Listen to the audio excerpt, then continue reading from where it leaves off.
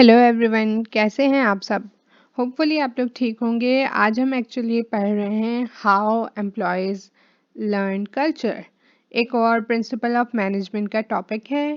ठीक है, so let's get started. Employees learn an organization's culture in a number of ways. The most common are stories, rituals, material symbols, and language. बहुत तरीके होते हैं employees के कि वो ऑर्गेनाइजेशन का कल्चर जो है लर्न करें, अडॉप्ट करें। अब वो जब हमारे साथ रहने लगते हैं तो इवेंचुअली वो कर लेते हैं, लेकिन जो चीज़ें उन्हें हेल्प करती हैं ऑर्गेनाइजेशन का कल्चर सीखने में वो हैं stories, rituals, material symbols and languages. सही है, तो हम एक एक को अब पहले फोकस करेंगे, स्टार्टिंग विद स्टोरीज। स्टोरीज क्या होता है?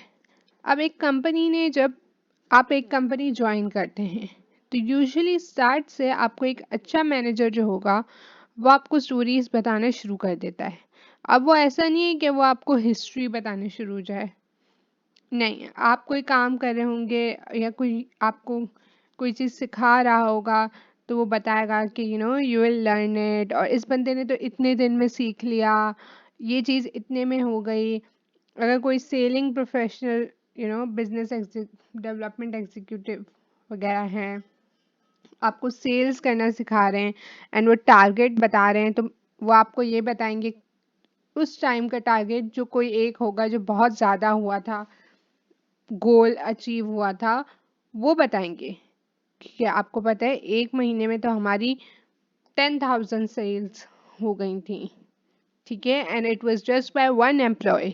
अब वो क्या बता रहा है, वो आपके दिमाग में डाल रहा है कि सेल्स करना एक तो पॉसिबल भी है और इतनी ज़्यादा हमारी होती भी हैं, तो यू कैन डू इट। वो आपको मोटिवेट कर रहा है, वो बता रहा है कि ऑर्गेनाइजेशन सेल्स पे बहुत फोकस करती है, तो you are learning things that way, right. So let's read over here कि क्या लिखा हुआ है। Organizational stories typically contain a narrative of significant events or people, including such things as the organization's founders, rule breaking, reactions to past mistake, and so forth. जैसे कि मैंने कहा, क्या होता है कि सिग्निफिकेंट इवेंट या लोग उनके बारे में बताया जाता है। अब कभी कोई चीज़ वो आपको बता रहे हैं कि ये चीज़ नहीं करना, तो दे माइट टेल यू कि एक बंदा था उसने ये चीज़ कर दी थी एंड ये कॉन्सिक्वेंसेस थे, उनको ये चीज़ फेस करनी पड़ी थी। अब ये आपको क्या बता रहा है कि I can't make this mistake, I can't do this thing, क्योंकि उसे इतने सारे कॉन्सिक्वेंसेस हुए थे। उनका रिएक्शन टॉप मैनेजमेंट का उस बंदे के लिए इतना बुरा था, तो मैं उसके स्टेप्स फॉलो नहीं कर सकता ना। मिस्टेक्स वगैरह जो सिग्निफिकेंट इवेंट्स होते हैं वो यूजुअली जब आपकी ट्रेनिंग हो रही है होती है या इवन ट्रेनिंग के बाद किसी टाइम लोग बताते हैं एक दूसरे को, like remember that incident, remember that person, remember this thing, and that happens. जब आप ऑर्गेनाइजेशन में काम करते हैं तो पीपल गो क्रेजी और वो आपको स्टोरीज सुनाते हैं, तो इससे आप कल्चर के बारे में आपको पता चलता है कि जैसे किसी ने कस्टमर के साथ बदतमीजी की, उसको उसी टाइम उन्होंने तो फारिग कर दिया है, उसी टाइम, यस। और आपको पता है वो 5 साल से एम्प्लॉय था। अब इससे आपको क्या पता चला, यार कस्टमर की इम्पोर्टेंस इस ऑर्गेनाइजेशन में बहुत ज़्यादा है। ठीक है, अब डिस्क्रिमिनेशन, रेशियल, कोई कह सकता है फॉर एग्जांपल आप एचआर में अभी अभी गए हैं, तो आपको पता है पहले वाला, इससे पहले एक एचआर था, वो इस वजह से फायर हो गया क्योंकि वो डिस्क्रिमिनेशन कर रहा था। नाउ यू नो कि दिस कल्चर जो हमारे ऑर्गेनाइजेशन में है उसमें डिस्क्रिमिनेशन अलाउ नहीं है। तो इस तरह इन स्टोरीज से हमें लेसन्स मिलते हैं। फिर वो हमें ऐसा नहीं होता हम कह रहे होते हैं हाँ this is my lesson, this is the story. वो क्योंकि इतनी ऑनगोइंग चीज़ है और हम उससे सीख ही रहे होते हैं, हम कल्चर को पहचान रहे होते हैं, हमें फील भी नहीं होता। To help employees learn the culture, organizational stories anchor the present in the past, provide explanations and legitimacy for current practices, exemplify what is important to the organization, and provide compelling picture of an organization's goal. क्या होता है, आप organisation का culture learn कर रहे होते हैं, उसके अलावा क्या होता है कि ये आपको ये भी बताता है, समटाइम्स कोई बहुत वियर्ड प्रैक्टिस होती है कहीं पे, तो वो आपको बताएंगे इसकी रीजनिंग, एक्चुअली में ये हुआ था तो that's why this is happening. Now आपने पूछा नहीं है but he tells you because he is aware of it. अब स्टोरीज का क्या है कि सब लोगों का जानना ज़रूरी है कि वो बता सकें। अब ज़रूरी नहीं है कि वो नाम ले लेके एक नेम शेम करें, वो बस ये बोल सकते हैं एक employ someone did that, this happened, this is the stories of our organisation. तो वो होती रहती है, ग्रो होती रहती है, and through that you learn the culture.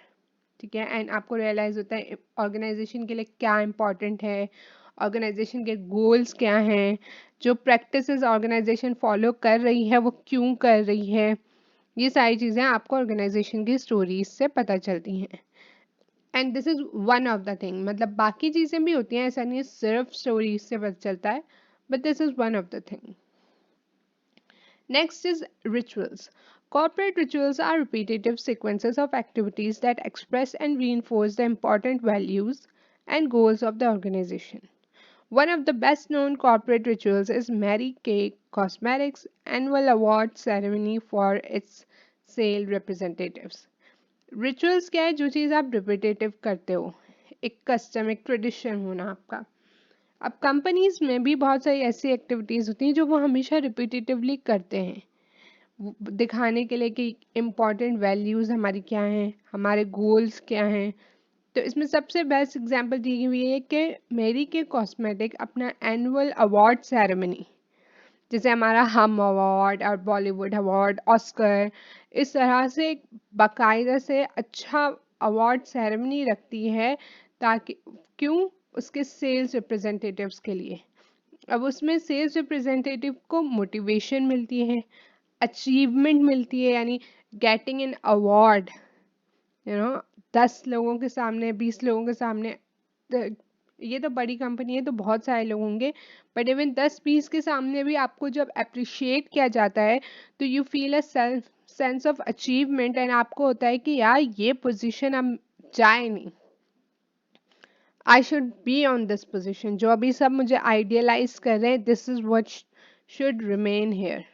ठीक है, आपकी यही कोशिश होती है।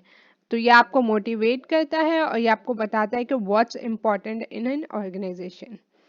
कुछ क्या ये होता है कि फीडबैक देने का बहुत सिचुएशन होती है कि सबका फीडबैक लिया जाता है हर मीटिंग में, एंड हर मंथली एक मीटिंग होती है, तो उसमें क्या है, आप इम्पोर्टेंस फील करते हो, आपको पता चलता है यार this organisation is not just feeling कि दूसरों के मसले और हम बस काम करें पागलों की तरह, बल्कि इनको कंसर्न है, ये चाहते हैं हमारे इश्यूज भी सॉल्व हों, स्टफ लाइक दैट। तो ये एक रिचुअल वाली चीज। ठीक है, मटेरियल आर्टिफैक्ट्स एंड सिंबल। अब देखें, जब आप कहीं भी जाते हैं तो आपको हमेशा फील होता है कि यार ये फॉर्मल जगह है, कैजुअल है, फन है, सीरियस है, कहीं पे बहुत कलर्स हैं, तो यू ऑटोमेटिकली थिंक यार this is more like casual and fun place. और कहीं पे बिल्कुल ब्लैक एंड वाइट है, बस चेयर्स हैं, लैपटॉप्स हैं, and there is nothing else जो आपको फील कराए कि ये कोई फन जगह है, तो आप फील करते हैं यार this is a very formal and serious place. तो ये जो परसेप्शन आपको कैसे आई, मटेरियल आर्टिफैक्ट्स एंड सिंबल्स से, कलर्स से, चीज़ों से, टेबल से, लैपटॉप से, चेयर्स से, किस तरह की, तो इन सब चीज़ों से आपको एक आइडिया आता है। ठीक है, when you walk into different businesses, do you get a feel for what type of work environment it is, formal, casual, fun, serious and so forth।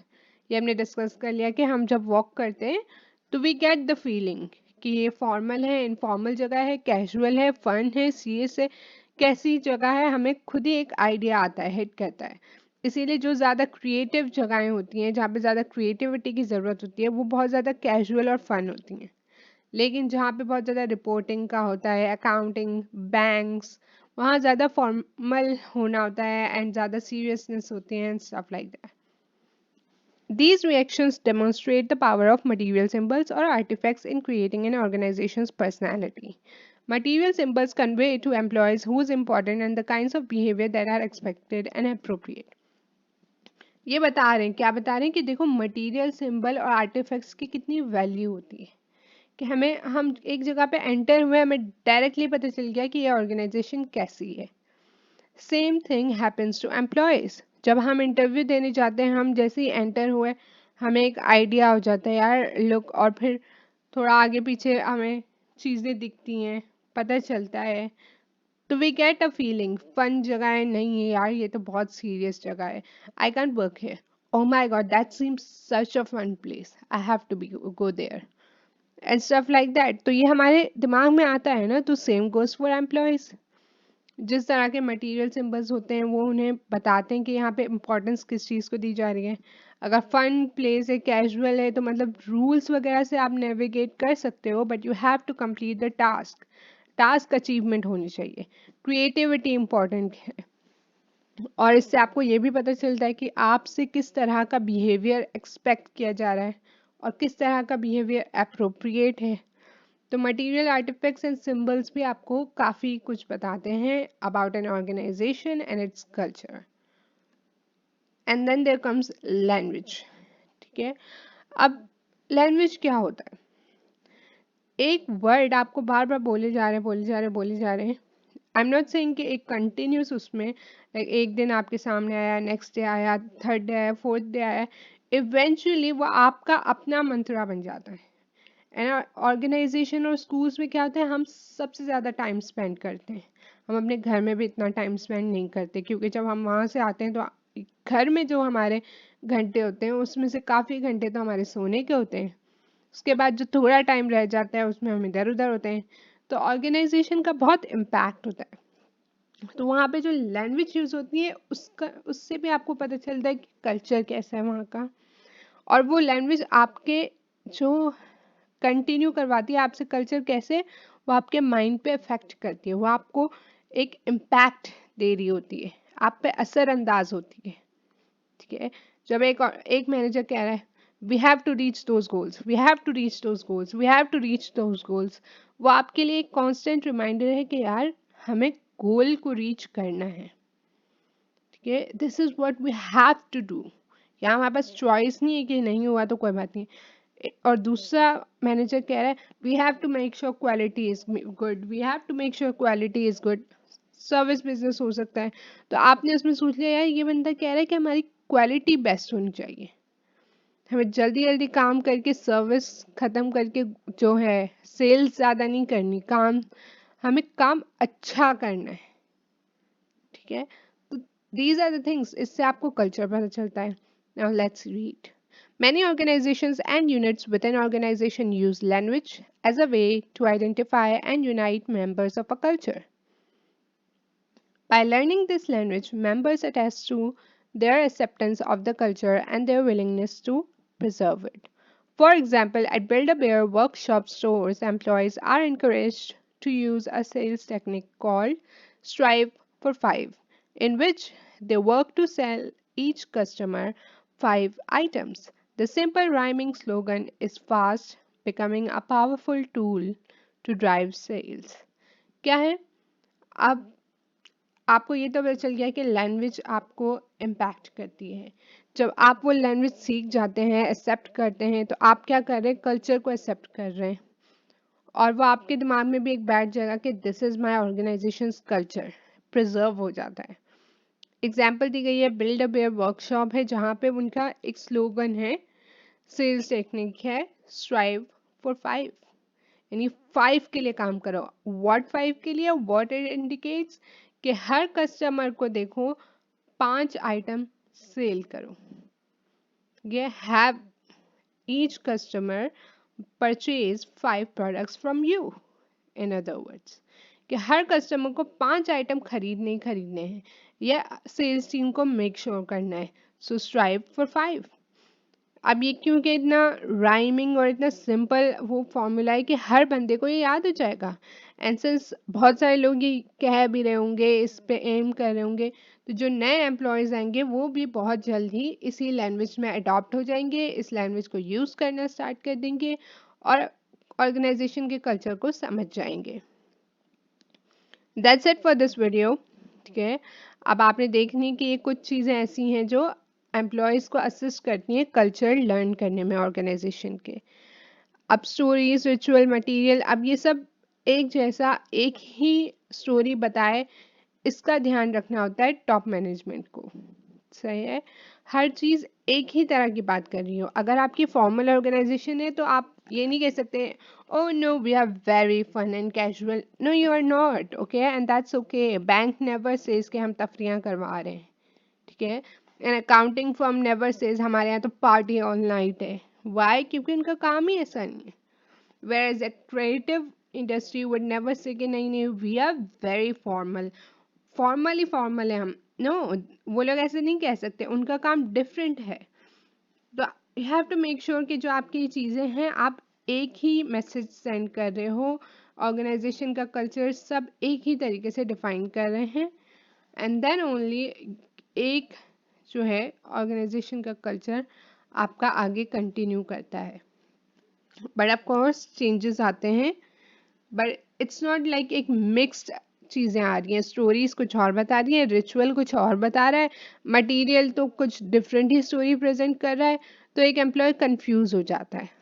So if you are in top management, आपको क्या करना होगा? You have to make sure कि आपकी हर हर चीज़ same story, same depiction दे रही है। अगर फन कैजुअल बता रहे हैं तो सब वो बता रहे हैं। क्वालिटी को ज़्यादा आप इम्पोर्टेंस देते हैं तो सब लोग, सब चीज़ें आपकी वही क्वालिटी को ही ज़्यादा से ज़्यादा कह रही हैं कि yes we aim for quality, we aim for customers, we aim for goals. ये डिफरेंट चीज़ें ना, goals as in sales goal. तो आप किस चीज़ को ज़्यादा प्रायोरिटी दे रहे हैं वो आपकी कंटिन्यू एक ही होनी चाहिए। Alright guys, so that's it for this video. I really hope समझ आया होगा। अगर आया let me know by commenting. Do subscribe, like and share. I'll see you guys in my next video. Bye guys.